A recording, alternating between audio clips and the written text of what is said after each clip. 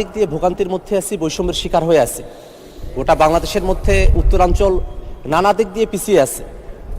আমরা যারা গোটা রংপুর বিভাগের বাসিন্দারা আছি এবং বগুড়ার যারা আছেন, তারা যদি ঢাকার সঙ্গে যোগাযোগটা করতে চান রেলপথে, তাহলে তাদেরকে অতিরিক্ত প্রায় 120 কিলোমিটার এবং 4 ঘন্টা অতিরিক্ত সময় তাদেরকে রেলের মধ্যে থাকতে হয়। মাননীয় স্পিকার, আমরা যদি ঢাকা থেকে উত্তরবঙ্গের দিকে রওনা করি, তাহলে সিরাজগঞ্জ থেকে বগুড়া পর্যন্ত আমরা সরাসরি যেতে পারি না।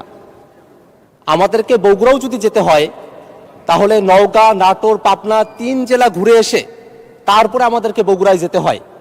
এবং এই কারণে যেখানে এখন ঢাকা থেকে বগুড়ার রেলপথের দূরত্ব প্রায় 400 কিলোমিটারের কাছাকাছি, যদি বগুড়া থেকে সিরাজগঞ্জ পর্যন্ত একটা টানা রেল লাইন থাকতো, তাহলে এই দূরত্ব প্রায় 120 কিলোমিটার কমে আসতো। এই দূরত্ব হয়ে দাঁড়াতো তখন 280 কিলোমিটারের কাছাকাছি। এটা আমরা যারা রংপুরের বাসিন্দা আছি তাদের জন্য একই রকমের সত্য।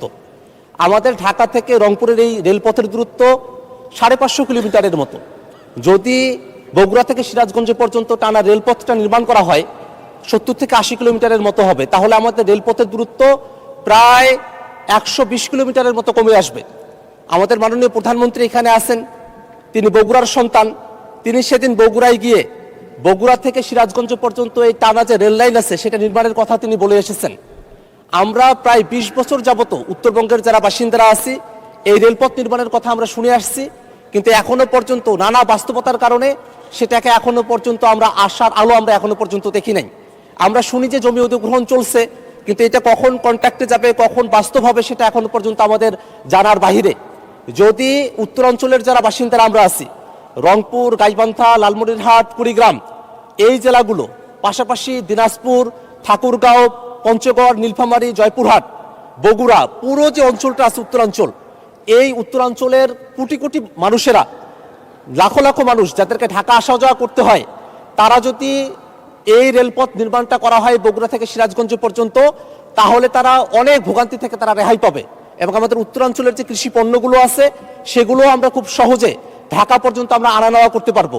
এবং এই যে অতিরিক্ত 120 কিলোমিটার চলতে হয়, তার কারণে কিন্তু অতিরিক্ত জ্বালানিও খরচ হয়, অতিরিক্ত ভাড়াও আমাদেরকে দিতে হয়।